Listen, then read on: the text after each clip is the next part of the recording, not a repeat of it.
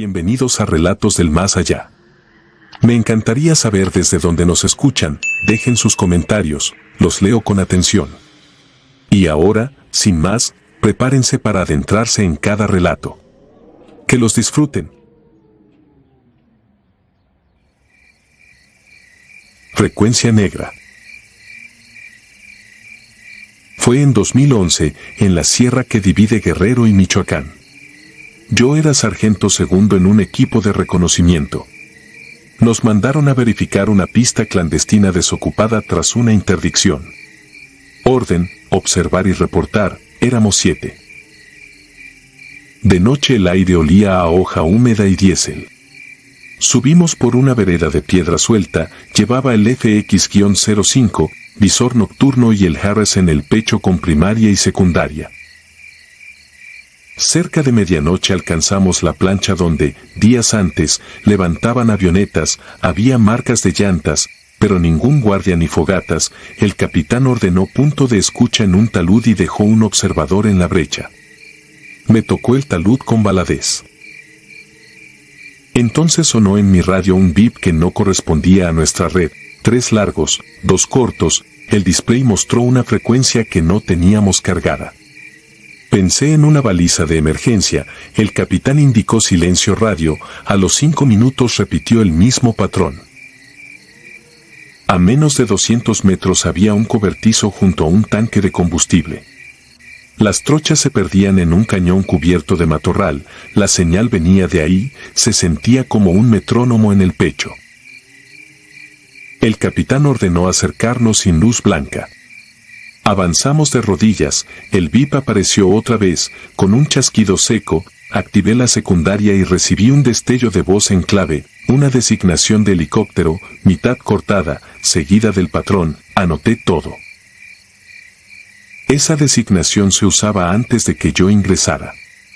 Con la antena direccional confirmamos que venía del cañón, bajamos despacio, Valadez y yo al frente, unidos por una cuerda de vida. A 20 metros de la bocana golpearon contra el casco ramas movidas por algo grande que no vimos.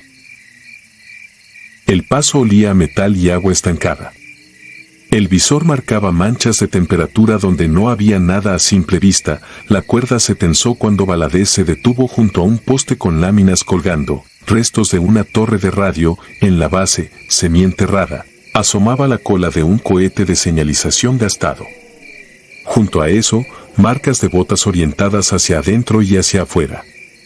Entre ellas, huellas calcadas sobre huellas, como si alguien nos hubiera copiado el paso. La baliza sonó otra vez. 3 largos, 2 cortos. De un lado opuesto apareció una luz pálida, redonda, que subió y bajó como si alguien la sostuviera a la altura del pecho. No era linterna ni bengala ni dron, se movía con la cadencia de un paso humano. El capitán ordenó mantener posición, respondí y escuché mi propia respuesta repetida 2 segundos después por la secundaria, con mi mismo timbre. La luz se apagó.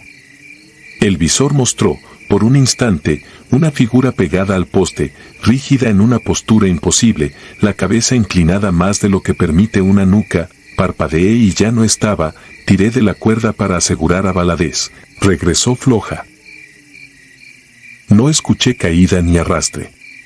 2 pasos adelante tropecé con su guante, tibio todavía, toqué su arnés, la cinta estaba cortada a la altura del mosquetón. El corte era limpio. Llamé por el interno, el capitán ordenó replegarnos a la plancha, avancé y choqué con un alambre tensado a la pantorrilla, lo seguimos con la mano, terminaba en una lata oxidada rellena de piedras, vieja alarma, lista para delatarnos. Subimos a trompicones. El observador miraba el cobertizo. Juraba que vio pasar a Valadez y que entró sin decir palabra. Revisamos por fuera sin cruzar el marco, desde dentro llegó el patrón de bips, el capitán marcó extracción por contingencia, no entramos. La retirada fue lenta. A mitad del ascenso, de nuevo, mi voz salió por la secundaria, esta vez diciendo una frase que no había dicho, alto, hay alambre a la pantorrilla. 3 segundos después nos topamos con otro alambre idéntico, lo sorteamos, Quise creer que un repetidor viejo nos duplicaba, quise, pero no pude. Nos recogieron cerca del amanecer. En el mirador, el capitán me pidió el cuaderno, anoté la secuencia, la hora, la dirección de señal y las veces que escuché mi timbre rebotado desde el monte. Al mediodía, ya en base, un técnico soltó lo que no quería oír. Ese patrón de baliza pertenecía a un U-1H estrellado en 1994, en otra sierra. La designación coincidía con un registro de ese año, no había manera de que sonara en 2011 desde un cañón donde jamás se reportó ese siniestro. La búsqueda de Valadez duró 4 días. Hallaron su arnés en la última curva de la vereda, colgado de una rama como si alguien lo hubiera puesto con cuidado. La cuerda, intacta, su placa, limpia, ni rastros de pelea ni huellas que explicaran su trayecto. En el cobertizo, al final, encontraron un transmisor viejo conectado a nada, con la antena rota, sin batería, a un lado, latas vacías, costales y marcas de botas que a ratos coincidían con las nuestras y a ratos se desvanecían en la misma tierra. Meses después pedí cambio. Dejé de cargar la secundaria por costumbre. De noche, los aparatos descansan en una repisa lejos de la litera. A veces, cuando todo queda en silencio y el guardia gira la llave del acceso, aparece el patrón, bajito, como si viniera del metal del casco, 3 largos, 2 cortos. No suena siempre, con viento no suena. Con lluvia, sí. Siento entonces la cuerda en la muñeca tirando suave, pidiendo que la siga hacia el cañón. No lo hago, cuento el ritmo que aprendí en aquel talud. No contesto, no toco el radio, recuerdo el poste, la torre, la luz a la altura del pecho. Recuerdo mis huellas impresas sobre mis huellas, como si otra versión de nosotros hubiera caminado antes para empujarnos a repetir la ruta. Y entiendo que hay sitios donde la señal no viaja de A a B, sino de antes a después, y que a veces regresa para hablar con quien aún no ha llegado. Hay nombres que se dicen una sola vez para que no vuelvan. Valadez es uno de ellos. Cuando escucho el bip, el estómago se me aprieta como antes de un salto, me quedo inmóvil hasta que el patrón se extingue, agradezco que nadie más lo oiga. Luego me preparo para otra noche, aunque sé que la frecuencia no conoce de amaneceres.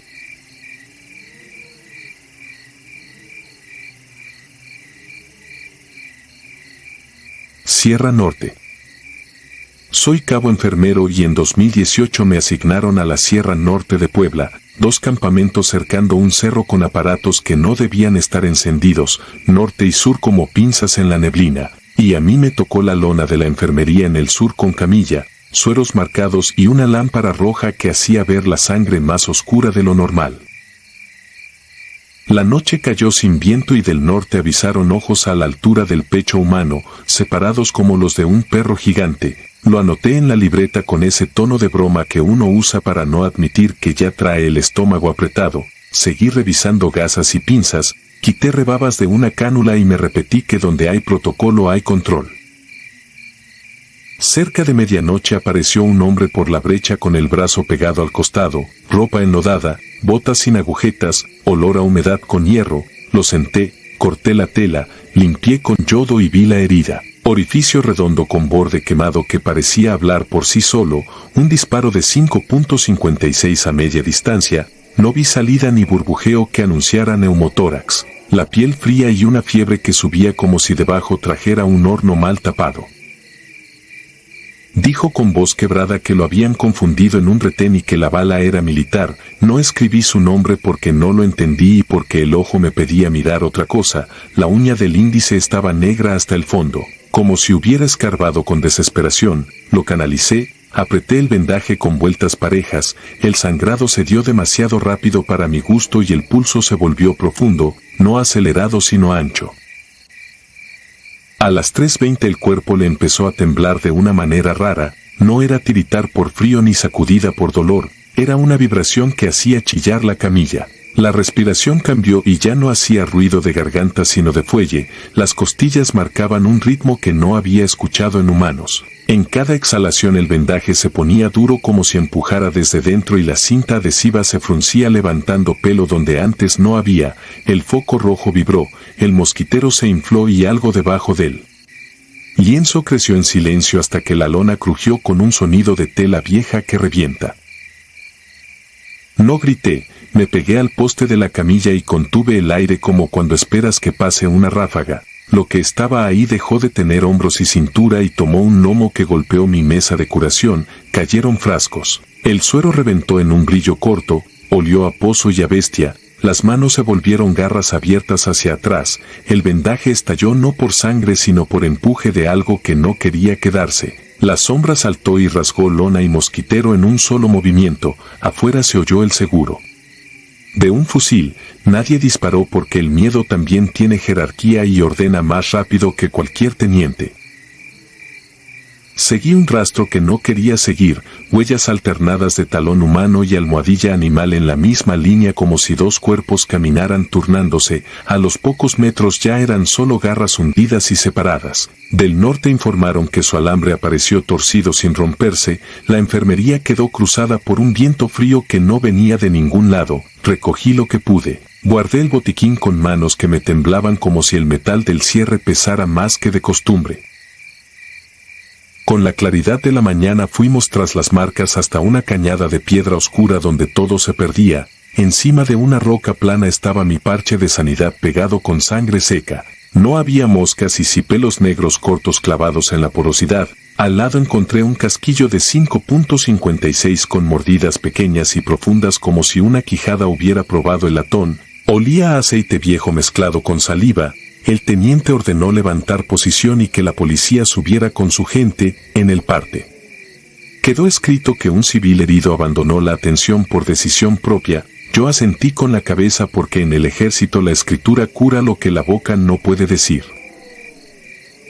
Cuando el camión empezó a bajar por la brecha revisé el botiquín por costumbre y porque necesitaba encontrar algo que no sé qué era. Faltaba una compresa y en el fondo apareció un pedazo de venda con marcas de dientes que no parecían de perro ni de hombre. En el plástico de una charola vi un dibujo hecho a marcador, un círculo pequeño con 2 puntos dentro, exactamente a la altura del pecho de quien lo mira. Cerré el maletín con un golpe suave, no por delicadeza sino por miedo a despertarlo, que uno cree que ya se fue.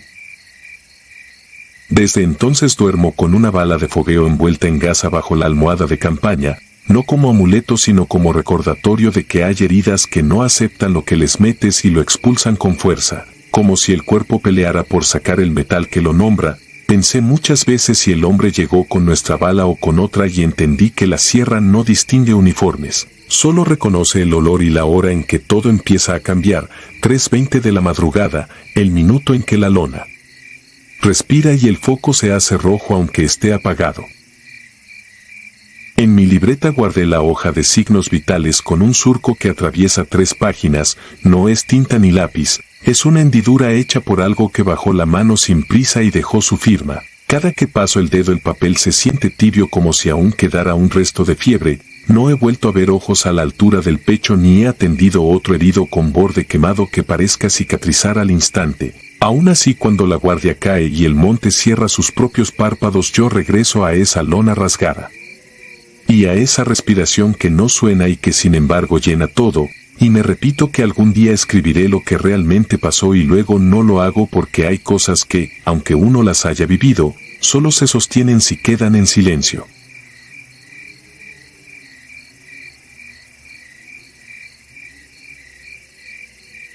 Ojos de brasa. Entré al ejército por hambre de orden y terminé aprendiendo que hay montes que no aceptan cuentas ni uniforme. Era septiembre de 2016 cuando activaron el plan DN13 en la Sierra Norte de Oaxaca. El huracán aún no tocaba tierra, pero la lluvia ya desbordaba las cañadas. Yo era cabo, asignado al convoy del teniente Ávila, 3 Cheyenne con lona, una ambulancia improvisada y un camión con víveres. Objetivo: evacuar a los de San Isidro de las Ánimas antes de que el río cerrara el paso. La primera subida fue con luz de tarde. El camino, puro lodo y piedra. Los pinos inclinados, el viento rompiendo ramas. A mitad de la ladera, las radios empezaron a chasquear como si alguien apretara el PTT sin hablar. El teniente ordenó silencio y mantuvimos la columna en intervalos cortos. Fue entonces cuando vi a Morales, 2 vehículos adelante, girar la cabeza hacia la margen del bosque. La giró más de lo normal, como si algo le hubiera trabado el cuello en ese ángulo. Lo llamé por el canal. No respondió. Detuvimos la marcha. Caminé con cuidado por la orilla del camino, pasto empapado hasta los tobillos. Morales estaba a 1 metro del monte, con el fusil apuntando al barro, los ojos abiertos, las pestañas cargadas de lluvia. No parpadeaba. Al tocarle el hombro sentí frío a través de la tela. No reaccionó. Lo jalé por la correa del chaleco. El teniente llegó a mi lado. No voy a escribir lo que dijo, bastó su tono para que 2 más se acercaran a cargarlo. En ese segundo volteé hacia la línea de pinos. Entre troncos, a la altura de un claro, había alguien. No era sombra ni relámpago. Era un bulto alto, delgado, con la cabeza ladeada como si oliera la tormenta.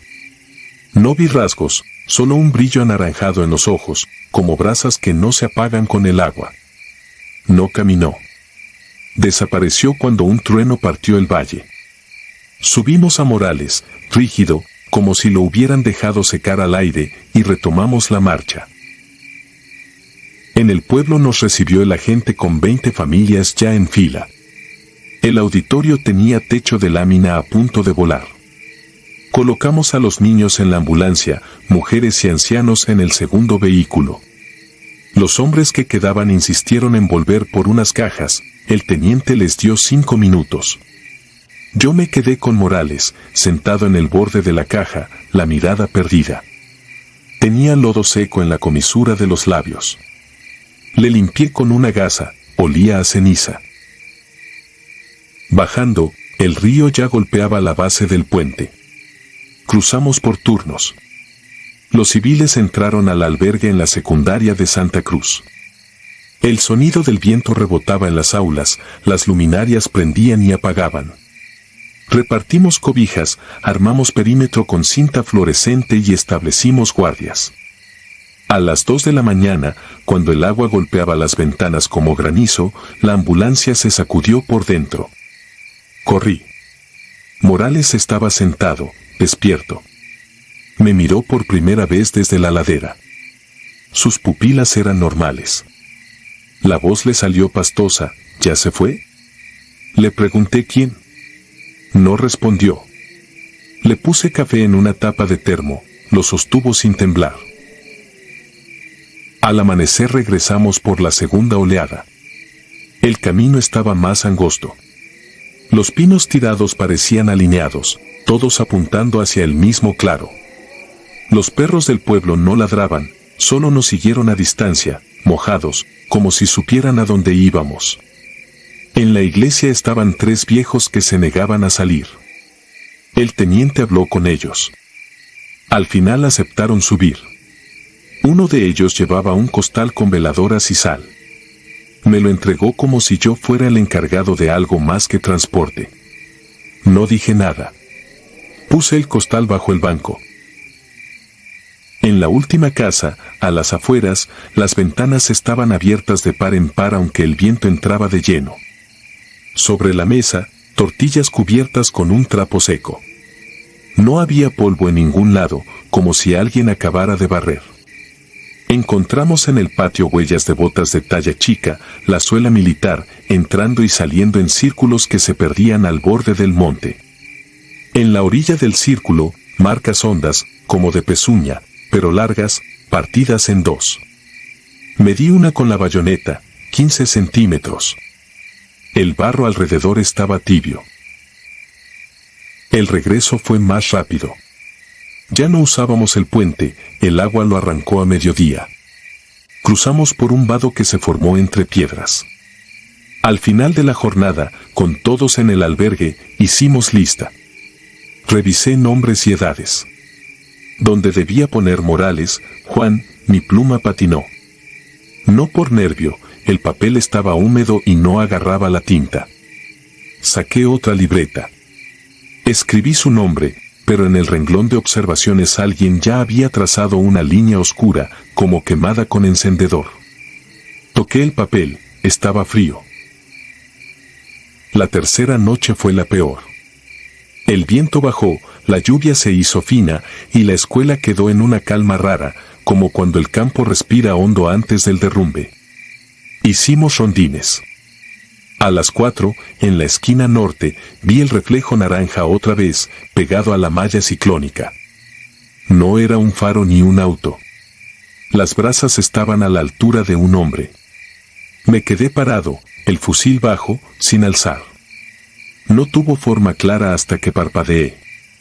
Era figura de mujer, delgada, los hombros huesudos bajo un rebozo empapado, la cara corrida de tierra, pero los ojos seguían siendo carbón vivo. Giró la cabeza hacia el salón donde dormían los niños. Di un paso. El teniente llegó a mi espalda. No nos habló. Tampoco yo. Las luces del patio parpadearon y la figura ya no estaba. En el suelo, junto a la malla, quedó una línea negra como de fulgor apagado. Al día siguiente, con el río ya sin margen, se canceló toda vuelta. El helicóptero nunca llegó. El huracán pasó por la costa y nos golpeó por la cola. Al cuarto día, cuando por fin se pudo circular, el convoy subió con protección civil y un ingeniero de caminos. San Isidro de las Ánimas estaba vacío. Puertas abiertas, gallinas sueltas, fogones fríos. En la plaza había un círculo de sal que no recordaba haber visto. Nadie lo pisó. El agente municipal no quiso entrar a la iglesia. En el atrio encontré mi gasa, la que usé con Morales, seca y dura, pegada a la base de una cruz pequeña, negra por el hollín. Morales pidió su baja meses después. Dijo que tenía familia enferma. Lo vi una última vez en el patio del batallón, encorvado, como si le pesara la espalda a pesar de no cargar nada. Me devolvió el costal de veladoras y sal que yo había olvidado, arrugado como piel vieja. No supe qué hacer con él. Lo guardé en mi locker. La sal se endureció con humedad y un día el costal desapareció. Nadie lo tomó, nadie supo. Solo quedó un olor leve a quemado. A veces reviso mi libreta de aquel operativo. En la lista de evacuados, donde puse total, 117, hay una anotación que no es mía, -1. Está escrita con grafito, fuerte, hundiendo la hoja. He intentado borrar esa frase y siempre regresa, como si la hubieran escrito al reverso con algo ardiente. Cuando vuelvo a la sierra, en prácticas o traslados, me pasa lo mismo, en alguna curva, a cierta hora, el monte me voltea a ver con paciencia de animal. Los pinos siguen apuntando al mismo claro donde lo vimos por primera vez. No sé si en San Isidro alguien regresó. Oficialmente, después del huracán, se declaró zona de riesgo y el expediente se cerró con reubicación. Extraoficialmente, cada que nos piden apoyo en la región, el teniente aparta esa ruta del plan. Nadie lo discute. La última vez que pasamos cerca, el parabrisas se empañó de golpe a pesar del calor. Dibujé con el guante una línea para ver el camino. 2 ojos anaranjados quedaron delineados en el vaho, a la altura exacta de mi mirada, como si alguien hubiera respirado desde afuera. Limpié el vidrio y avancé. No hice promesas frente a ninguna cruz. Hicimos lo que tocaba, subir, sacar, bajar. Aún así, cada vez que llueve en la madrugada y huele a madera mojada, siento el mismo golpe en el estómago que me dejó inmóvil en la primera subida. No por miedo a morir, sino por saber que hay cosas que cuentan sin usar voz, que miran desde el límite del bosque y esperan a que uno las vea. Y cuando las ves, se quedan. Como brasas que no se apagan con el agua. Como ojos que siguen el convoy hasta que el pueblo se queda solo y la lluvia termina de borrarlo del mapa.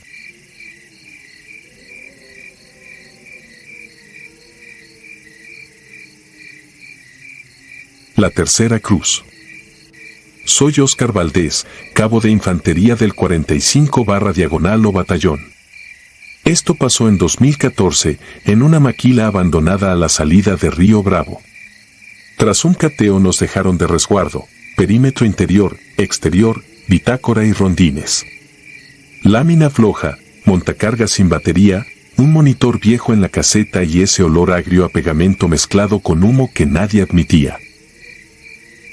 En la esquina noreste del patio, junto a la malla, había 2 cruces chicas clavadas en tierra dura, ambas con fecha de 2011, sin nombre. Lo asenté en la libreta, 2 señales tipo cruz, esquina NE, sin leyenda. A la 1:07 sonó un golpe hueco, rítmico. Me cubrí tras el montacargas y asomé sin encender la lámpara. En medio del patio, entre charcos petrificados de químico, un niño botaba una pelota azul. 8 o 9 años, sudadera ligera pese al frío. El balón subía y caía como si el sonido fuera la meta. Activé el radio en bajo. Silencio. Caminé despacio. La luz de la caseta le tocó la cara, normal, ojos abiertos, cabello pegado a la frente.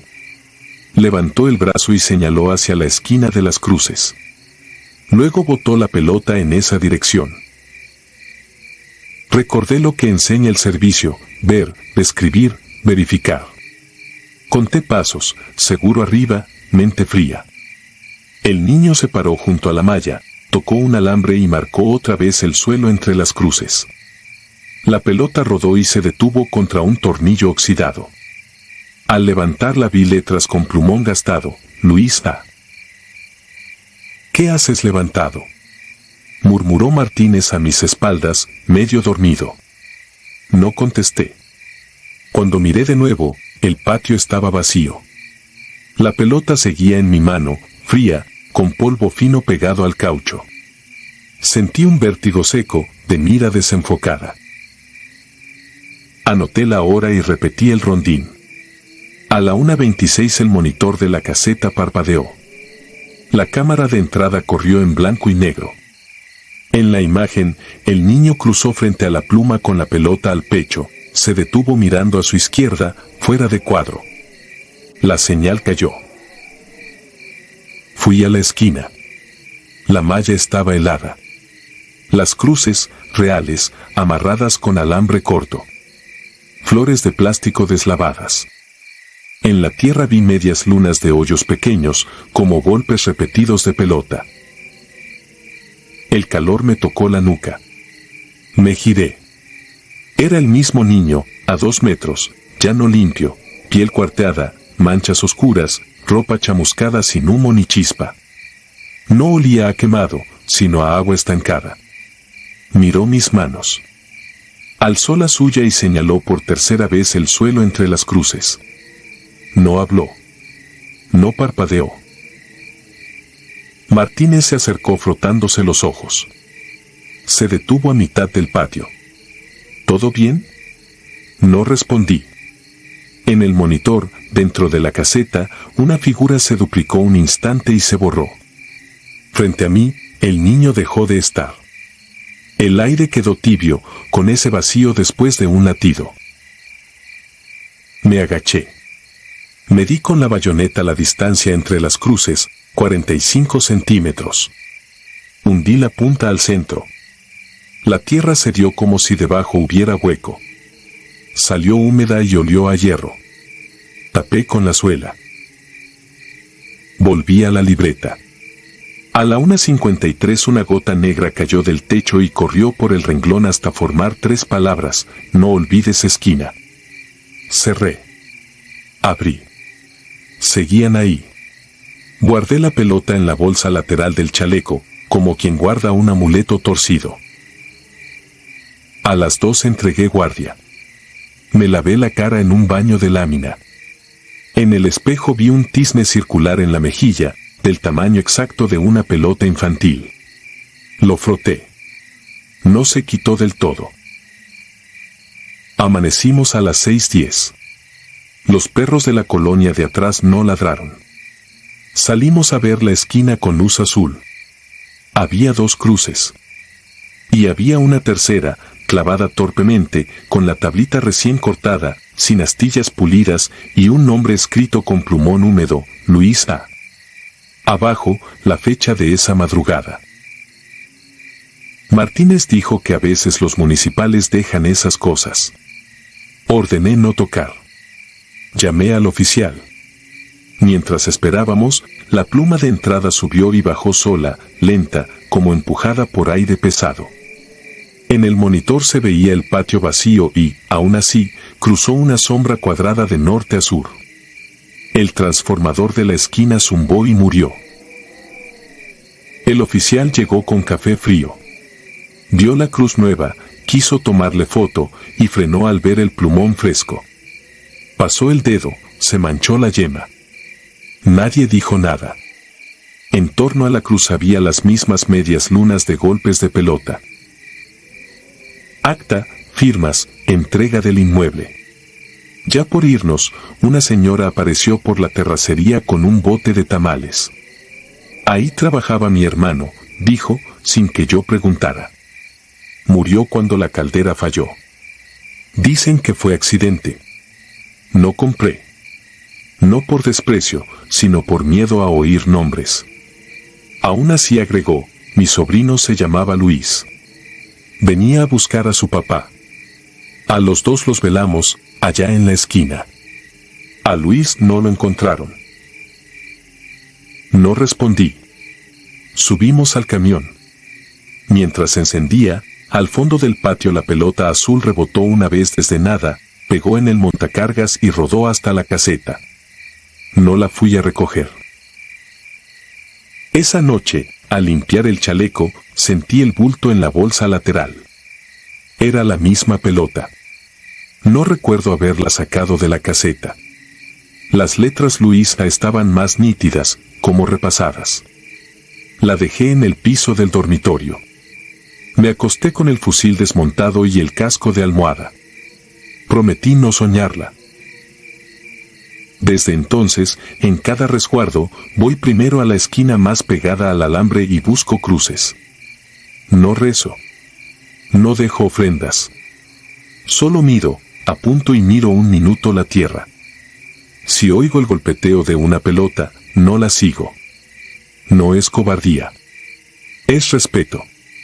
A veces, al amanecer, hay 2 cruces. Luego 3.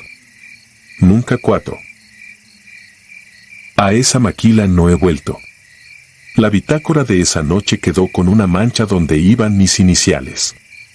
El oficial la archivó. Yo me quedé con el olor a agua vieja, el frío del caucho y la certeza de que lo real no siempre firma recibo. Si alguien me pregunta si vi un niño, digo que vi marcas en tierra, un nombre húmedo en madera y una cruz que no estaba y luego sí. Con eso basta. Lo demás no necesita testigos.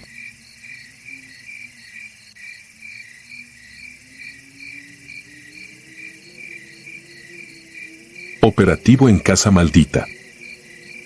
No creo en maldiciones, pero desde aquella noche en Tlajomulco, 2011, el olor a copal quemado vuelve cuando cierro los ojos y me arde la garganta como si todavía trajera humo pegado por dentro.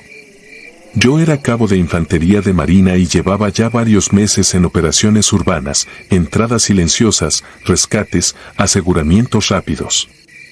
Nada de eso me preparó para la casa de la calle cerrada, la que no salía en el croquis municipal y sin embargo tenía medidor de luz nuevo y cámaras escondidas en las jardineras. Íbamos 6, 2 binomios, un tirador y el jefe. Noche sin luna, perros callados, la colonia en obra negra. Llevaba el FX-05 al pecho, linterna con filtro, guantes de cuero. El dron no voló, la señal se contaminaba con ruido blanco. Avanzamos por el pasillo lateral, muro alto con cristales coronando, portón sin candado. El jefe tocó el timbre como si fuera vecino, en la misma cadencia, el ariete golpeó y el marco se dio sin drama. Dentro, olor a humedad y desinfectante barato, sobre el muro de enfrente, un calendario viejo con santos tachados en tinta roja y el mismo número repetido, 17, en los días que no correspondían. La primera habitación estaba despejada, pero no vacía, una mesa con frutas podridas, vasos de unicel y un nicho improvisado con una figura de túnica, la cara cubierta por papel dorado, alfileres clavados en un lazo, y a los lados botellas de alcohol con etiquetas arrancadas. No era la primera vez que miraba un altar, pero aquí el aire era más espeso, como cuando la humedad se mete en el chaleco y te pesa medio kilo extra. Encontramos a los rehenes en un cuarto al fondo, 2 hombres con cinta en la boca, las manos hinchadas por las bridas. Respiraban, ojos claros del miedo, la piel marcada con golpes recientes. Uno balbuceó al vernos, no entendí si dijo gracias o agua, cortamos, cargamos. Listos, dijo el tirador, y su voz sonó apagada dentro del casco, como si lo oyera desde otra habitación. Al regresar al pasillo noté algo que no pude acomodar en la rutina, un cable de extensión que salía del baño hacia una puerta metálica con candado y cadenas, el piso alrededor barrido con cuidado, sin un grano de polvo fuera de los límites. La puerta tenía pintura fresca y a la altura del cerrojo, marcas de uñas, 5 líneas repetidas hacia abajo, recién hechas. Se abre, avisó el jefe. El ariete pegó una vez y la cadena se abrió como si hubiera sido de cartón. Juro que no sonó a metal, sonó a madera vieja. Dentro había una camilla de hospital con cinchos de cuero y un hombre tendido, libre de ataduras, brazos a los costados, la piel gris de frío. Ojos abiertos, completamente blancos, las pupilas perdidas arriba. La boca entreabierta, labios resecos, un hilo de saliva pegado al mentón. No tenía sangre, no tenía golpes a la vista, solo marcas en las muñecas, profundas, como si alguien hubiera apretado con alambre durante horas. Me acerqué por la izquierda y toqué el cuello con los dedos enguantados, tibio. No sentí pulso, tampoco rigidez. El cuarto no olía a muerte, olía a cloro y vela vieja. Entonces la puerta se cerró de golpe. No lo imaginé, el marco vibró. El polvo cayó del dintel, el seguro brincó hacia adentro sin mano. Giré y vi al tirador con el arma en bajo, al jefe parpadear rápido, los rehenes atrás respirando tan fuerte que parecía que corrían. Aires, dijo el jefe, y yo noté que no entraba ninguno, ni por las rendijas, ni por el ducto del baño que daba a esa pieza. Aún así las veladoras, 3, prendieron sin chispa y sus llamas no parpadearon, se quedaron rectas como si no hubiera oxígeno. En el radio interno crujió un chasquido, luego otra voz que no era de los nuestros, registro femenino, muy cerca, diciendo un apellido que reconocí por costumbre antes que por razón, el mío. No fue un susurro de pasillo, llegó por el canal encriptado, con la misma etiquetita digital que aparece cuando habla tu binomio. Bajé el volumen y aún así la escuché, como si la antena estuviera dentro de mi casco. El hombre de la camilla exhaló y el aire salió con olor a hierro viejo, no se movió, pero la sábana se pegó a su pecho como si algo por dentro hubiera jalado. No disparamos, nadie gritó. El jefe señaló con 2 dedos, evacuar, y salimos en la misma formación con la que entramos, rehenes al centro, cobertura escalonada. La puerta metálica se quedó cerrada pero blanca de vaho por dentro, como si alguien respirara al otro lado contra un cristal. Yo me quedé un segundo más de lo prudente mirando una frase pintada en tiza sobre la pared, medio borrada por una mano impaciente, quien sirve, queda. No sé si estaba antes o apareció ahí, pero la foto que tomé después tiene esa oración y mi sombra recortada en la esquina como si la veladora me hubiera puesto luz detrás. No había veladora en ese pasillo. Cruzamos al patio. El aire afuera era limpio y frío, las estrellas ocultas. Cuando el tirador abrió el portón, una corriente seca se metió hacia adentro como si la casa inhalara y en menos de un segundo, sin chispa visible, sin ruido de fuga, el interior se encendió de adentro hacia afuera. No hubo flama creciendo en un sillón, ni chisporroteo de corto. Fue un brillo anaranjado empujando las ventanas hacia nosotros, un golpe sin onda que levantó polvo y nos echó atrás. El altar del primer cuarto ardió sin humo al principio, las frutas negras en un parpadeo, el papel dorado intacto entre un remolino de calor. El vidrio reventó hacia la calle, pero el calor no nos quemó la piel, nos empujó como calor seco de horno, sin llamas que morder. Salimos con los rehenes y pedimos apoyo. Patrullas de municipales aparecieron con ese retraso calculado que tienen cuando la zona no quiere testigos. Los bomberos tardaron, al llegar no tuvieron qué hacer, el fuego se había quedado en su sitio como un animal encadenado, consumió muebles, cuadros, ropa, pero dejó las cortinas con una franja blanca a la altura del piso, como si alguien las hubiera doblado a tiempo. Cuando los peritos entraron, encontraron la puerta metálica caída hacia adentro, la camilla derretida en su marco y un círculo limpio en el suelo donde debió estar. No hubo cuerpo.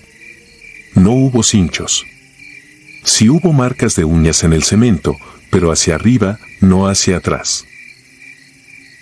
En el informe nos dijeron que no había acelerantes, tampoco origen eléctrico. Combustión rápida por acumulación de gases, lo pusieron así para cerrar. En el pliego fotográfico aparece el nicho con la figura aún de pie entre ceniza, la túnica sin quemarse, la cara todavía cubierta por papel dorado, y en el dorso de ese papel, cuando lo revisaron, quedó pegada la impresión negra de una palma con guante, la mía, con las líneas marcadas por polvo de hollín, algo que no pude haber tocado porque nunca pasé al lado izquierdo del nicho.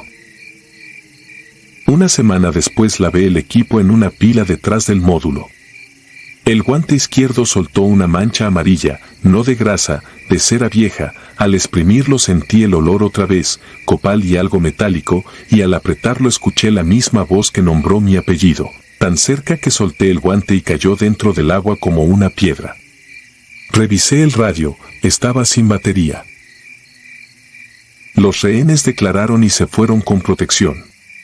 Meses después, en otra ciudad, uno me detuvo en un semáforo sin saber quién era hasta que me miró fijo y se le quebró la barbilla. Dijo que desde aquella noche su casa huele a cuartos cerrados cuando apaga la luz y que a veces, a la misma hora en que sacamos el ariete, su teléfono marca a un número con Lada de Jalisco que nunca contesta.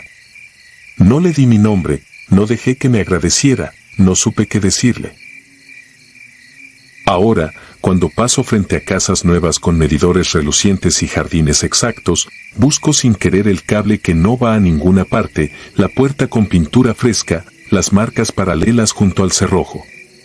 No me tiembla el dedo cuando entro, pero me pesa el chaleco como si trajera agua escondida, y a veces, en la puerta, leo frases que nadie escribió y que al parpadear ya no están.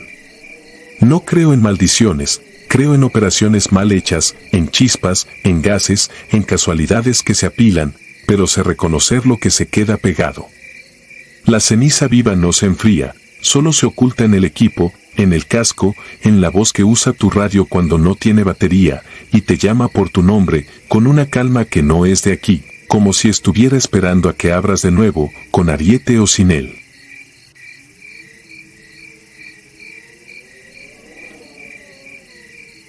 Zarpa 5.56.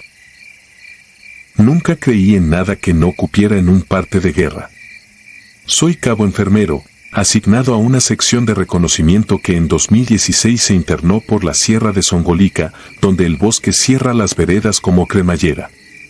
La misión era vigilar un cerro con antenas clandestinas que habían vuelto a encenderse. Se montaron 2 campamentos, norte y sur.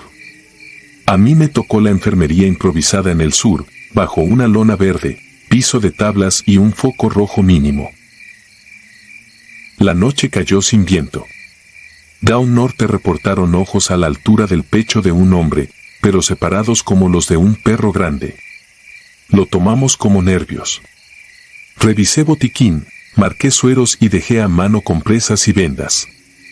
La rutina apaga el miedo. A medianoche apareció un hombre por la brecha cargando el costado. No venía armado. Pantalón enlodado, botas sin agujetas, camisa empapada. Sangraba por golpes, pero lo que me detuvo fue la herida, entrada limpia, circular, borde quemado. Por el tatuaje de pólvora pensé en 5.56. Dijo que lo habían confundido en un retén y le tiraron desde lejos. Hice palpación, no detecté salida ni neumotórax. Frecuencia disparada, piel fría, mirada fija. El olor a hierro llenaba todo. Cada que ajustaba la venda, el hombre respiraba como si quisiera morder el aire. No construía frases, se le enredaba la lengua con palabras de sierra. Repetía que la bala era militar. Me guardé la duda. El borde quemado no miente. A las 2, el norte volvió a pedir atención, ruidos en el filo del barranco, una sombra que no cuadraba con coyote ni perro. En el sur apenas zumbaban insectos. Miré al herido, fiebre en ascenso, uñas con tierra hasta dentro. El sangrado había bajado sin explicación. Busqué fuga por la espalda. Nada. A las 3:20 empezó a temblar. Creí que era escalofrío, luego la respiración se volvió profunda y silenciosa. Las costillas marcaban un compás que no es humano. Puso el brazo bueno sobre el vendaje como si lo abrazara. La tela se endureció, no por coágulos sino por una presión desde adentro, como si algo empujara de retorno. La lámpara vibró y vi que el pelo de sus antebrazos parecía crecer, erizado, aplastando el adhesivo de la cinta. No grité. Aprendí que el silencio también es un arma. Ajusté la venda con más fuerza, como si una vuelta más fuera a detener lo que fuese que estaba empujando. Abrió la boca sin sonido. Las encías pálidas, los dientes más largos de lo que recordaba. El catre chirrió y la tabla crujió bajo un peso que ya no era de hombre. No hay palabra de manual para eso. Me pegué al poste y esperé. La lona se infló. Lo de la camilla dejó de tener hombros y cintura. El vendaje reventó, no por sangre sino por algo que se ensanchaba desde dentro. La falla del elástico sonó como un hilo roto, y la enfermería quedó con olor a pozo. Vi unas manos que no eran manos buscar apoyo y clavar en la madera uñas curvadas hacia atrás. El foco rojo dibujó un círculo sobre una cabeza que dejaba de ser de hombre. Todo se movió. Un gnomo golpeó la mesa de curación, los frascos cayeron, el suero estalló en un brillo corto.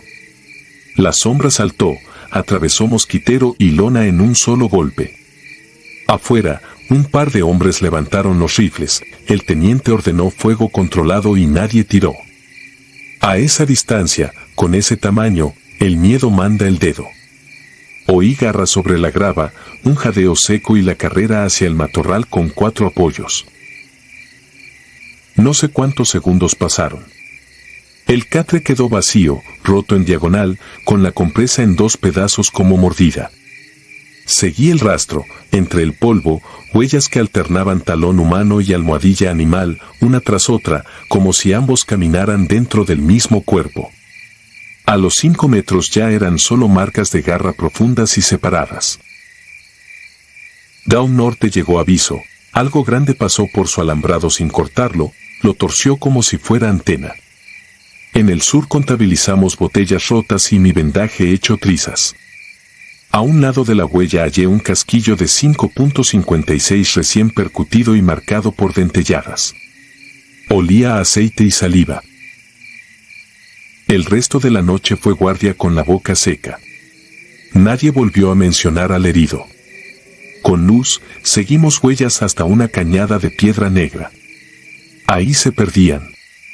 Sobre una roca plana estaba mi parche de sanidad pegado con sangre seca. No había moscas. Había pelos negros cortos, como sembrados. El teniente ordenó replegar, levantar base y dejar la sierra a la policía. En el parte se asentó un civil herido que abandonó por su cuenta la atención, sin más. En el camión, ya en la brecha, revisé el botiquín. Faltaba una compresa.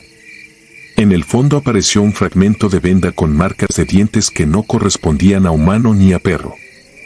En el borde del plástico, con marcador, alguien garabateó un círculo pequeño con 2 puntos dentro, separados por el ancho de un pecho. Desde esa noche no duermo en una enfermería sin dejar una bala envuelta en gasa bajo la almohada.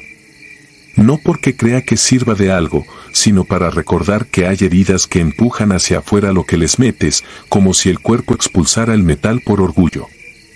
Si ese hombre llegó con nuestra bala o con otra, ya no importa. La sierra no distingue uniformes.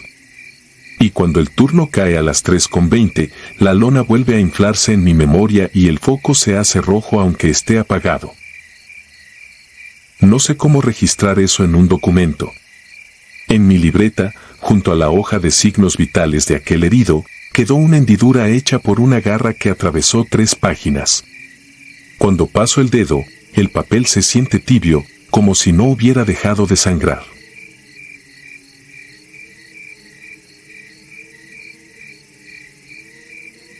Señal muerta. Yo era cabo de infantería en 2015, destacado en una base improvisada en el sur de Jalisco, a unos kilómetros del límite con Michoacán. Aquella noche nos enviaron a una finca limonera metida en una cañada, objetivo, capturar a un jefe templario al que los informantes llamaban el capellán. Éramos 5, con órdenes de entrar, asegurar comunicaciones y sostener perímetro hasta el arribo del equipo de extracción. Nada de heroísmo, nada de improvisaciones. La cañada olía a tierra húmeda y a diésel viejo. Apagamos luces a 500 metros y avanzamos a pie. El sargento Armenta marcó tiempos, Telle se quedó con el vehículo oculto entre mezquites. Mena, operador de radio, cargaba la antena telescópica como si trajera una vara de pescar. Yo cubría retaguardia. Había brisa ligera, mucha cigarra, y la sensación constante de que cada rama nos apuntaba. La entrada a la finca tenía portón doble y un candado nuevo, demasiado limpio. No encontramos cámaras visibles ni perros. Forzamos el candado con cizalla, pasamos en fila y sellamos el portón con una liga de hule para que quedara cerrado sin trabar. La casa, de un piso y teja falsa, tenía ventanas con cortinas pesadas y un corredor sin macetas ni desorden. Parecía deshabitada por horas, no por días. Antes de entrar, Mena subió la antena en el patio andaluz. Probó frecuencia. Silencio. Ajustó tono, cambió canal, repitió clave de autenticación. La portadora subía, pero no regresaba respuesta. Un ruido de fondo, como un motor bajo tierra, se metió en los audífonos. Pensamos en interferencia deliberada. Lo anoté en mi cuaderno, hora exacta, coordenadas aproximadas, procedimiento repetido sin éxito. Rivas, nuestro tirador, recorrió la fachada y encontró una puerta de servicio con huellas frescas. Entramos por ahí con linternas en estroboscópico. Cocina vacía, mesa con un mantel de plástico y platos lavados goteando. En el pasillo principal había un espejo con manchas en diagonal, no eran dedos, eran brochazos de calorías. Al fondo, una puerta con 2 bisagras de refuerzo y un barrote soldados. No era un closet. La abrimos y la escalera bajaba con escalones de cemento áspero. El aire cambió de golpe, a cloro, sudor rancio y metal. La luz del sótano no dependía de la casa, un zumbido eléctrico venía de algún generador. Vimos la estatua primero, la Santa Muerte a tamaño humano, túnica blanca, el rostro pintado con un detalle absurdo, pestañas postizas pegadas con paciencia. A su alrededor, círculos de cal y flechas de marcador rojo apuntando a un drenaje central. En la pared, símbolos repetidos, triángulos con letras, fechas y apodos. Nada de veladoras encendidas, las mechas cortadas al ras parecían recién apagadas. Buscamos el motor. En una esquina había un módulo con ventiladores girando, cables sin etiqueta y un equipo de radio distinto al nuestro, ajustado a otra banda. Rivas señaló un tubo que atravesaba la losa, quizá un pararrayos artesanal, quizá un cable de tierra. Mena intentó acoplar su equipo, pero la portadora se engordó y el mismo zumbido se volvió un latido. En el auricular escuché nuestra clave repetida con un retraso mínimo, como si rebotara en la cañada. El primer disparo llegó desde afuera, seco, alto. Luego otros 2, escalonados, desde distinto ángulo. Armenta ordenó silencio, luces abajo y cobertura en escalera. Por protocolos, Rivas subió a verificar el perímetro y yo me quedé a mitad de peldaños, con la culata clavada en el hombro. Mena tapó la antena con su cuerpo, como si abrazara un poste en una tormenta. Se escuchó un metal golpeando varillas en el patio, como si alguien pateara un balde. Avancé un paso. Otro. Respiré por la nariz para no perder oído. El grito de Rivas no fue largo. Cuando lo vimos regresar, tenía los guantes rotos y el antebrazo izquierdo marcado por 3 líneas paralelas, hondas, que sangraban parejo. No parecían cortes de lámina, eran tajos curvos, con bordes limpios y un morado que subía ya hacia el codo. En el chaleco, a la altura de la costilla, otra marca semicircular con puntos metálicos hundidos, como dientes pequeños. Supe que no era fantasía porque me pegó el olor a saliva caliente mezclado con tierra. Levantó la vista sin hablar y negó con la cabeza, 2 veces, como si dijera que no quiso mirar atrás. Armenta decidió cerrar el sótano y replegarnos al pasillo para reorganizar. Mena pidió 2 minutos para forzar la salida de señal. Corrió la antena al borde de la escalera, estiró cable, ajustó frecuencia. La portadora se limpió un segundo. Entró una frase. No del mando, no de la base, sino de nuestra propia identificación con la voz invertida, como si alguien repitiera mi apellido en una habitación vacía. Alguien respiró junto al micrófono. Mena se quedó mirando el equipo, clavado, y dijo muy quedo que subiría al patio, que quizá el muro estaba haciendo sombra. No lo detuvimos, el procedimiento lo avalaba, cada quien tenía su tarea. Escuché pasos sobre la losa, huellas cortas, un tropezón. Silencio. 2 golpes a distancia. La portadora se fue a negro. La brisa que había en el patio dejó de colarse por la escalera, como si hubieran cerrado el cielo con una lona. Armenta marcó tiempo de espera y yo conté mentalmente hasta 100. A 58 se escuchó una carrera por el corredor y algo arrastrándose. Sostuve el ángulo y no disparé porque no identifiqué blanco ni sombra. Solo el ruido de una correa rozando azulejo y, después, el chasquido de una liga de hule en el portón, abriéndose sola. Cuando volvimos al sótano para cortar el generador, la estatua estaba girada unos grados. Antes miraba al drenaje, ahora, hacia la escalera. No dije nada. Rivas se apretaba el antebrazo con una gasa y respiraba por la boca. Tiré del interruptor del módulo, nada. La luz permaneció igual, como si el zumbido proviniera de otra parte, más abajo. Metí la navaja en el cableado y corté a mano. Se apagó todo, menos un punto verde que latía en una caja con candado. Dejé de escucharlo cuando puse el casco otra vez. No entendí si la caja se cayó o mis oídos se cerraron por el latido propio. Decidimos abortar. Sin comunicaciones limpias, con un herido y un hombre fuera de vista, no había margen. Armenta dejó un marcador químico en la escalera, se aseguró de que todos lo viéramos y me ordenó sacar humo frío en el patio para cubrir salida. Subimos al corredor y pisamos algo suave. Era el micrófono de garganta de Mena, la cinta cortada, los seguros abiertos, sin sangre. Alguien lo había retirado con prisa y cuidado. Lo guardé por instinto, como si al hacerlo lo estuviera llevando conmigo. La cañada nos tragó de regreso.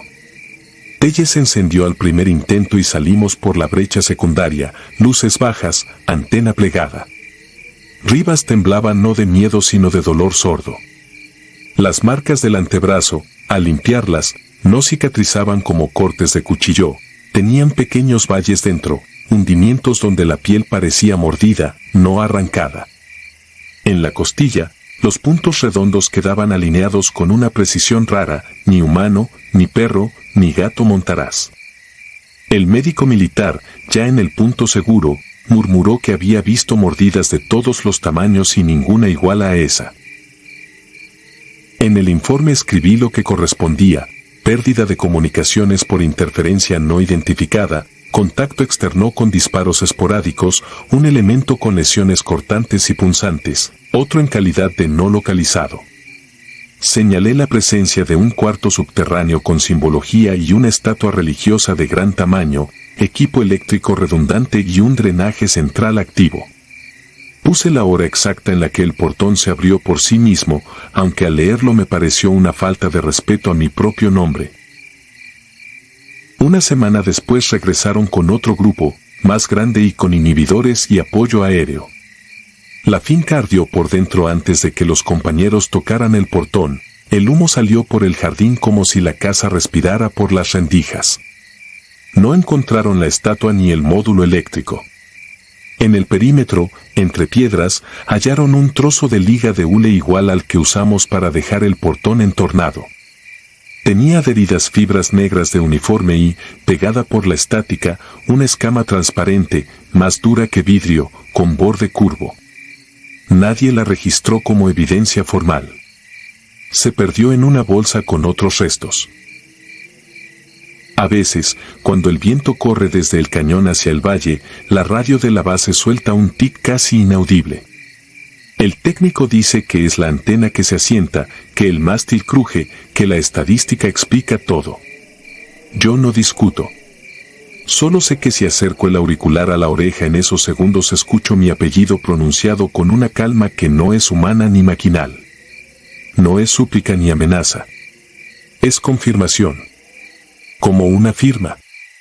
Cada que lo oigo miro mi cuaderno y encuentro, entre líneas de servicio y números de parte, una marca de cal que no recuerdo haber dejado, un trazo blanco que se corre con el dedo y deja la yema áspera, como si la cañada estuviera aquí adentro, pegada a la página, esperando a que vuelva a bajar al sótano a apagar un motor que nunca se apaga.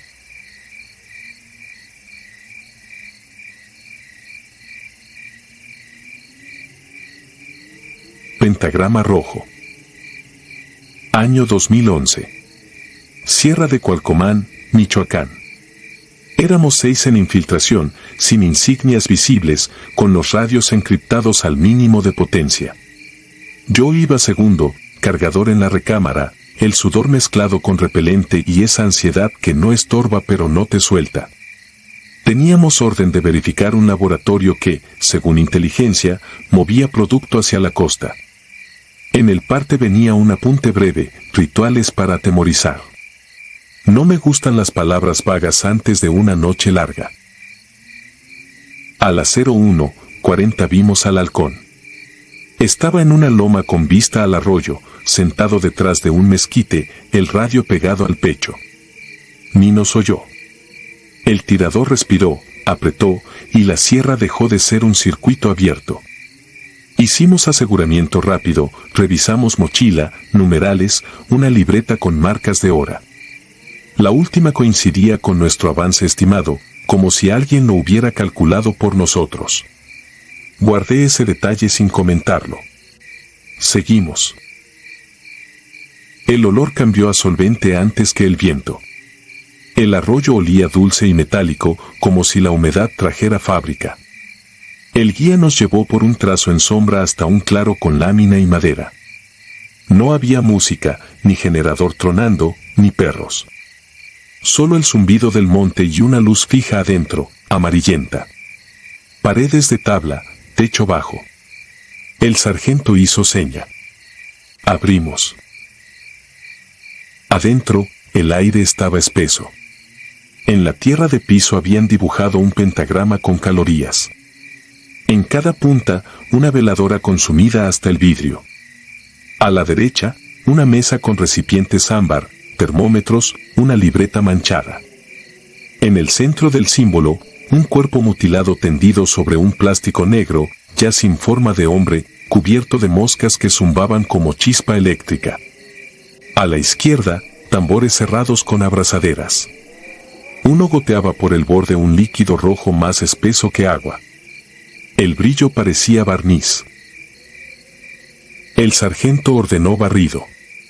Lo hice por el perímetro mientras el químico de la unidad, un cabo de lentes que sabía más de reacción que de fusil, olía sin respirar. Encontré una puerta pequeña con candado. Forcé el pestillo. Adentro había un hombre amarrado de las muñecas, flaco, la camisa pegada a la piel por días de sudor. No gritó. Solo me miró como si me hubiera esperado. Soy ingeniero químico, murmuró al borde de la lengua, y yo asentí por inercia. Dijo que lo levantaron semanas atrás para que corrigiera rendimientos. Dijo que el rojo en los tambores lo usaban para curar el lote, para que no oliera tan fuerte y, de paso, para esconder lo que tiraban.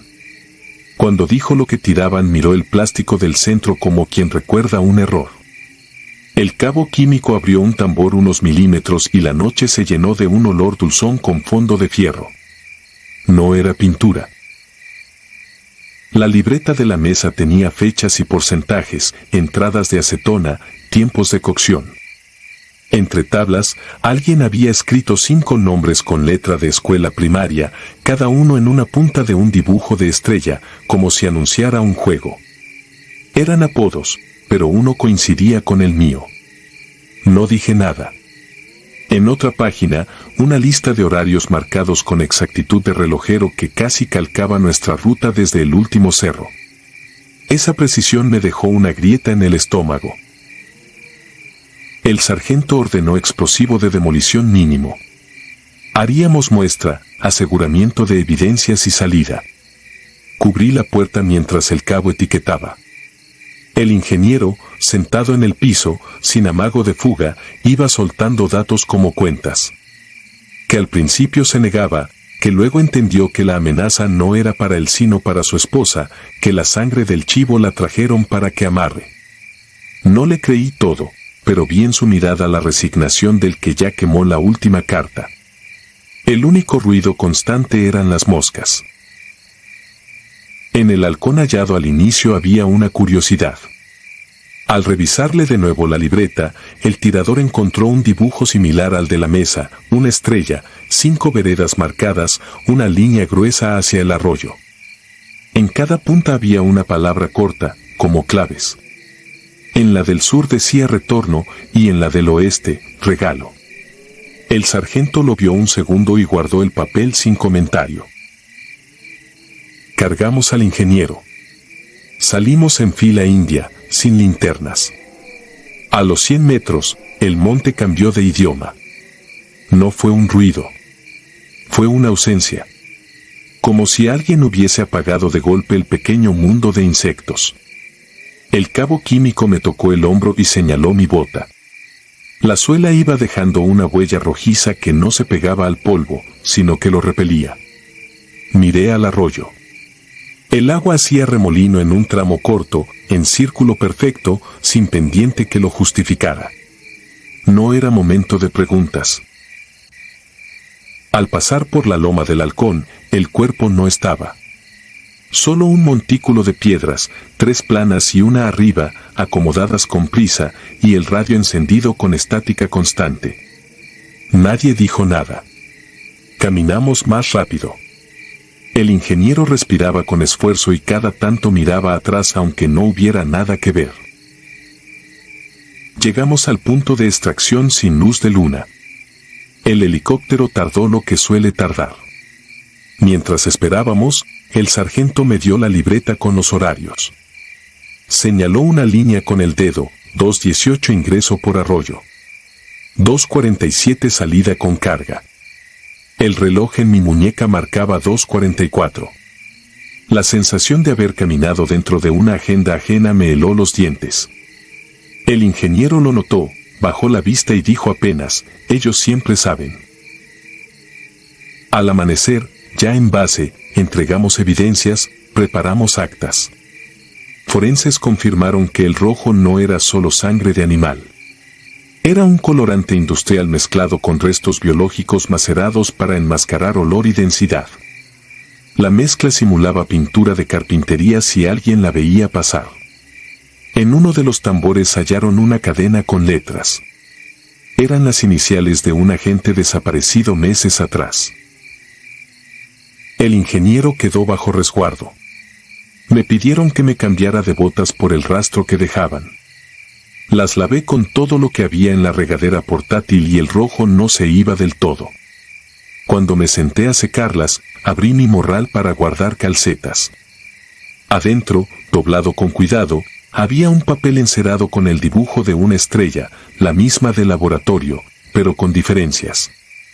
En cada punta ahora había números que parecían coordenadas. En el centro, con tinta corrida, estaba mi apellido escrito a mano.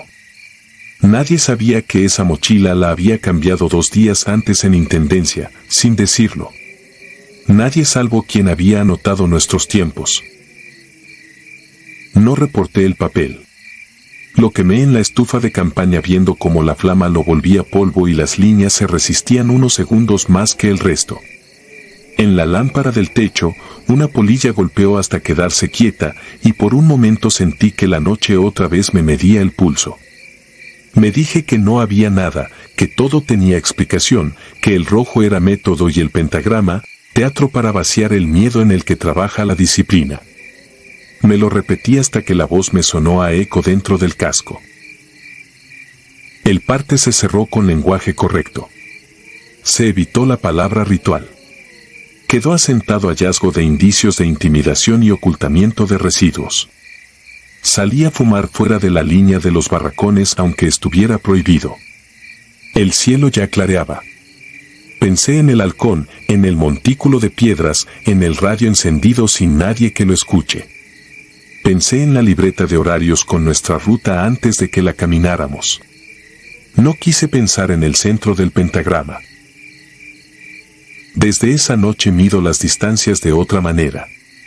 No confío en caminos que parecen obvios ni en silencios que llegan de golpe. Y cuando cruzo un arroyo y el agua gira en círculos sin pendiente, aprieto el paso. Aprendo a no mirar al centro. Hay símbolos que no buscan fe, solo registro. Y hay manos que los trazan no para invocar, sino para contar. A nosotros nos contaron con tinta roja. Y seguimos en el número.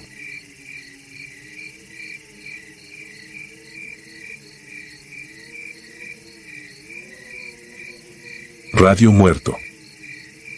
Llegamos a San Miguel de las Cañas antes del amanecer, 27 de mayo de 2014.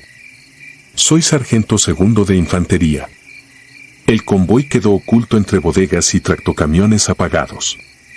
La orden era simple, asegurar el antiguo palacio municipal, incendiado horas antes tras un intercambio que nadie quiso firmar. Sin prensa, sin civiles.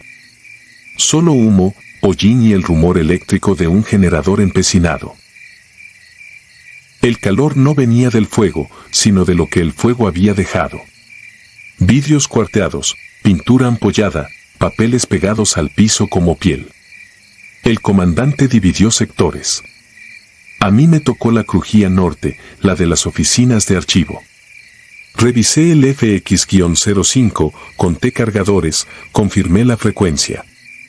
Teníamos el tiempo encima, en la parte trasera, alguien había visto sombras cruzando con lámparas de mano.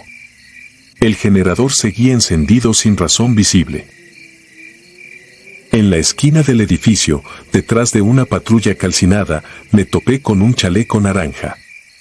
Casco amarillo, lámpara frontal, botas con ceniza hasta la pantorrilla. Lo reconocí de inmediato por la barbilla remarcada y la arruga de la comisura, Uriel, mi vecino de secundaria. Protección Civil Municipal. Me hizo un gesto breve, como si nos hubiéramos visto ayer, y señaló la puerta trasera del archivo. Dijo que adentro el pasillo se bifurcaba, la derecha llevaba a un cuarto con ventilación natural, la izquierda terminaba en un cubículo sin ventanas, donde el humo se estancaba. Con la mano me marcó 2 tiempos para avanzar y 1 para cubrir. No necesitó decir su nombre. Yo asentí y pedí por radio abrir el portón interno. Entramos con luz rápida, toques cortos. El hollín hacía al edificio más pequeño. Cada paso levantaba polvo que se pegaba al sudor y dificultaba respirar aún con la mascarilla. En la pared izquierda, el reloj de fichar marcaba 1:17. Anoté mentalmente la hora. El generador mantenía un sonido constante, ajeno a nosotros, como un diente zumbando. En el piso había huellas en dirección contraria a la mía, botas pequeñas, suela tipo bombero y otras de tenis baratos. Pensé en voluntarios, en curiosos que entraron antes de que llegáramos. Pensé en Uriel guiándolos. En la bifurcación, tomé a la derecha. La habitación tenía una ventana alta que daba a la calle lateral. Se veía el resplandor del convoy y el contorno del cerro más allá. Papeles quemados volaban al mínimo movimiento, como insectos torpes. Sobre un escritorio descubrí una libreta húmeda. En la primera hoja alguien había escrito nombres y números de teléfono. Al final, apresurado, figuraba un trazo con plumón: no entren solos. Lo pasé de largo hasta un armario metálico. Vacío. Volví al corredor. Mi respiración se volvió un ritmo: 1, 2, pausa. El generador no fallaba. La izquierda olía peor. El aire era espeso, como aceite viejo. En el cubículo final encontré 3 sillas volcadas y un ventilador derretido. El cable había goteado sobre el mosaico dejando una línea negra. En el rincón, una forma con mantas encima. Me arrodillé. Al retirar la primera manta apareció un chaleco naranja, chamuscado en los bordes, con cinta reflectante aún limpia bajo la ceniza. El casco amarillo estaba debajo, con el número 07 pintado a mano. Al girar el cuerpo, vi la barbilla remarcada, la comisura con la arruga. Uriel. Me quedé quieto.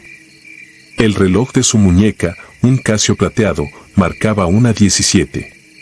Yo lo había visto hace minutos con la lámpara encendida. Me había marcado los tiempos, 2 para avanzar y 1 para cubrir. Toqué la correa del reloj. Estaba caliente todavía, pero sin pulso.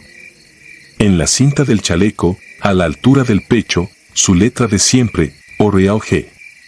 Un marcador negro había sangrado con el calor y la humedad, dejando una sombra sobre su nombre. Avancé el dedo por el borde del casco. Había hollín en el interior y, más abajo, un golpe seco en la sien. No era reciente.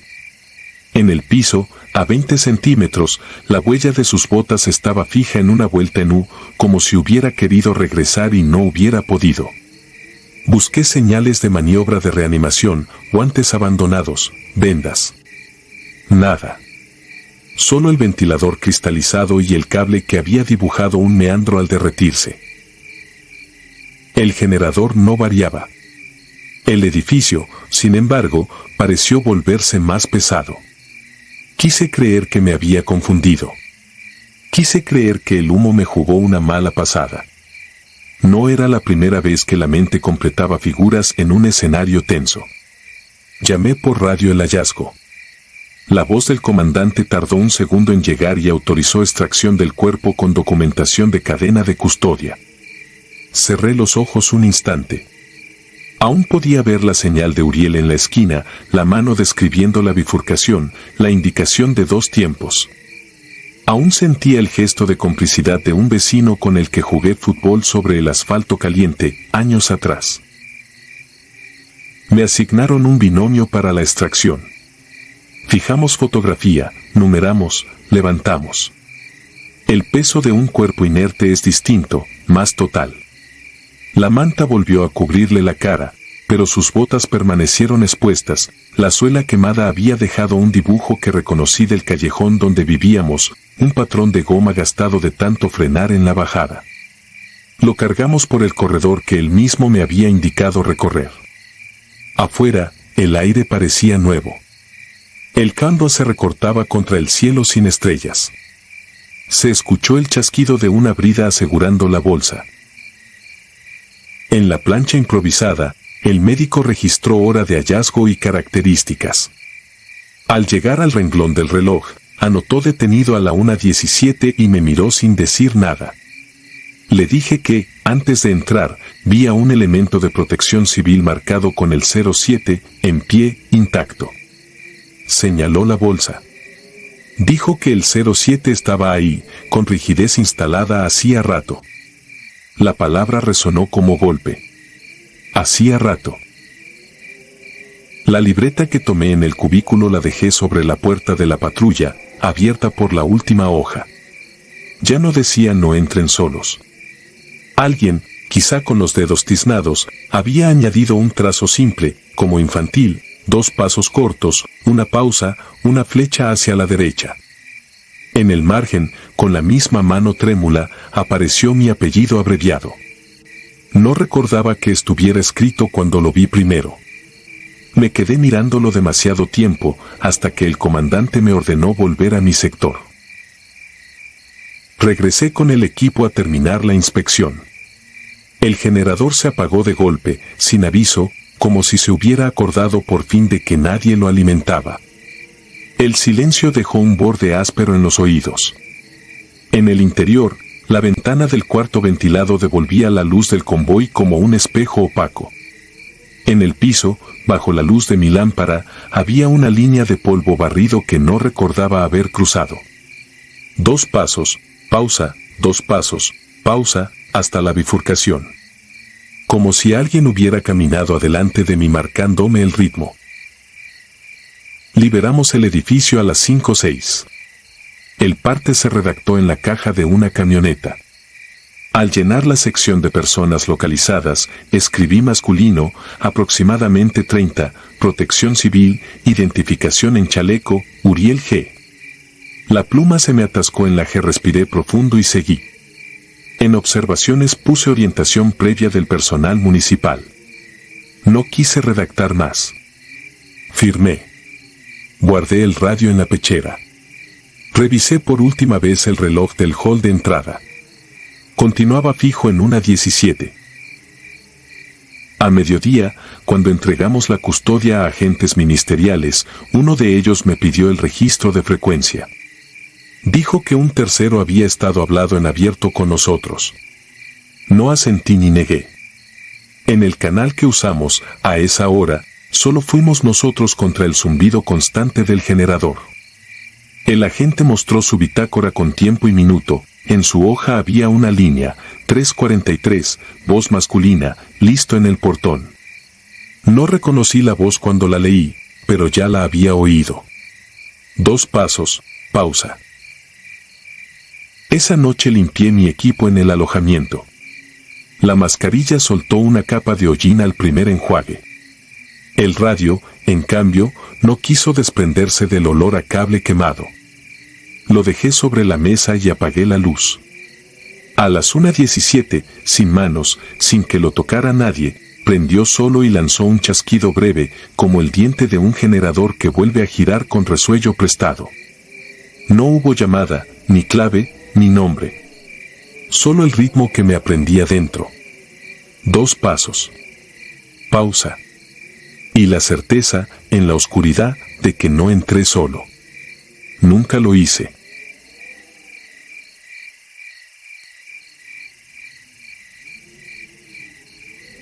Ojos de ámbar en el estero. Mi nombre se omite por disciplina. En 2019 yo era infante de marina y operaba con un equipo reducido en la costa. Uno aprende a controlar el miedo con protocolo. Hasta que te toca un lugar donde el protocolo funciona, pero la realidad no.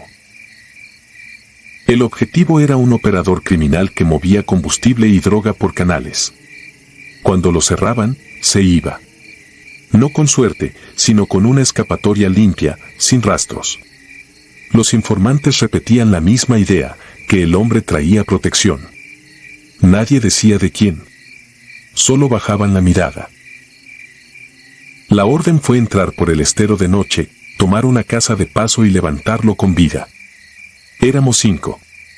Llevábamos carabinas 5.56, visores nocturnos, radios cortos, placas y botiquín. La inserción fue en una embarcación rápida, apagamos motor lejos del punto y avanzamos a remos, pegados al borde de mangle. El aire olía a sal y lodo tibio. En el visor, el mundo era verde pálido y negro intenso. Esa noche entendí que el miedo también patrulla, y marca a quienes regresan a casa. Al tocar tierra cambió el sonido. Un estero normal está lleno de insectos y aleteos. Esa noche quedó mudo. Solo se oían nuestras botas en la madera húmeda y el roce del equipo con las ramas. Avanzamos en fila, marcando pasos cortos, cuidando no quebrar raíces. A los 40 minutos encontramos un claro pequeño, hecho a mano. Piedras en círculo, velas negras consumidas, recipientes con agua y sal, muñecos de barro sin rostro y amuletos con dientes de animal. En el centro había una tabla con símbolos trazados con ceniza. Sentí la piel erizada y una presión en el pecho, como si el aire se hubiera espesado. El jefe señaló que siguiéramos. No íbamos a improvisar superstición en medio de una comisión. Aún así, el radio empezó a fallar. Una estática corta, y luego una voz que dijo nuestro indicativo con exactitud. No era un compañero. Era el registro perfecto de una voz de otra operación, años atrás, de alguien que no regresó. Todos la escucharon. Desde ahí, el estero pareció moverse con intención. Las ramas se mecían sin viento. El agua formaba ondas diagonales, como si algo cruzara sin sacar la cabeza. Entre los troncos apareció un reflejo ámbar, demasiado alto para ser un animal común. Lo vi 2 veces, siempre a la misma distancia. Cuando levanté la linterna para confirmar, el punto no se fue, simplemente se apagó. Cerca de la 1:30 alcanzamos la construcción, madera vieja sobre pilotes, embarcadero estrecho y olor a combustible mezclado con plantas podridas. 2 hombres armados estaban sentados de frente, inmóviles. No hablaron, no giraron el cuello, no hicieron el gesto normal de alerta. En el visor se veían tibios en el pecho y fríos en las extremidades, como si su cuerpo funcionara a medias. Entramos rápido. Disparos cortos, controlados. Los hombres cayeron, pero al tocar el suelo intentaron levantarse otra vez, torpes, con los ojos abiertos y la cara vacía. No gritaban. No se quejaban. Era como pelear contra un cuerpo al que le faltaba alguien adentro. Los aseguramos y subimos al piso principal. Adentro olía a humedad vieja. Había velas negras, cuencos, figuras de barro, hilos con nudos colgando. El piso tenía círculos incompletos y marcas recientes. Vi un cuchillo con manchas secas sobre una mesa. Me repetí que era intimidación. Entonces la estática volvió, más fuerte, y por encima escuché mi nombre, el de casa, dicho con una calma que me aflojó las piernas. Al fondo estaba el objetivo, sentado frente a un altar hecho con tablas del estero. No levantó las manos. No intentó correr. Tenía una sonrisa mínima, como si se supiera intocable. La presión en el pecho aumentó. Las velas se inclinaban todas hacia nosotros, como si el aire tuviera una sola dirección. El objetivo abrió los ojos. No eran normales, parecían cubiertos por una película de agua, sin pupila visible. En el reflejo del visor de mi compañero vi algo detrás de mí, cerca de la puerta, una figura alta, casi del tamaño del marco, con extremidades largas y una cabeza que no era humana ni animal. Su piel tenía la textura del mangle mojado, como corteza viva. 2 puntos ámbar marcaban la mirada. Disparamos. Las balas pegaron en madera, en aire, en nada. El sonido se tragó, sin eco. La figura no se lanzó, se acercó sin caminar, con un desplazamiento que no correspondía a un cuerpo. Sentí que me jalaban por dentro, como si mi memoria se adelantara. Por un instante vi el canal desde arriba y el camino de agua cerrándose detrás, como si el estero quisiera borrarnos. El jefe hizo una señal simple, romper el altar. No era fe. Era lógica, si hay un centro, destruir el centro cambia el juego. Corrí. Al tocar la madera, un frío me subió por el brazo. Me llegaron imágenes rápidas, caras de compañeros, patrullas antiguas, una línea de ramas que no terminaba. Apreté los dientes y golpeé con la culata hasta astillar las tablas. Las velas se volcaron. Los cuencos cayeron. El aire se soltó de golpe, como si alguien abriera una puerta invisible. La figura se encogió, no hacia el suelo, sino hacia sí misma. Los puntos ámbar temblaron y se apagaron. El objetivo se dobló y cayó de lado, sin resistencia. Abajo, los hombres inmóviles empezaron a temblar y quedaron quietos al fin. Nadie celebró. Solo entendimos que el estero todavía tenía hambre. Salimos cargando a un compañero golpeado. En el embarcadero, el agua estaba lisa, demasiado lisa, como vidrio oscuro. Remamos sin hablar. El radio siguió con estática constante, y entre el ruido aparecían fragmentos de frases, nombres y fechas, como si alguien practicara nuestras claves. En la orilla, entre los troncos, volvieron los puntos ámbar, muchos, a distintas alturas, quietos y atentos. Al llegar al mar abierto encendimos motor. Ese ruido me devolvió un poco de mundo. En la base escribimos el informe con lo mínimo: operación, contacto, aseguramiento, salida. No mencionamos símbolos ni voces imposibles. No por miedo al ridículo, sino porque lo escrito se comparte. Desde entonces duermo con el radio apagado y los visores lejos de mi cama. A veces, a las 3:17, el silencio de mi cuarto se parece al de ese estero y vuelve la presión en el pecho. No veo nada. No oigo nada. Pero sé, con una certeza que no se discute, que en algún canal de Campeche quedó algo esperando, y que esa cosa aprendió nuestras claves.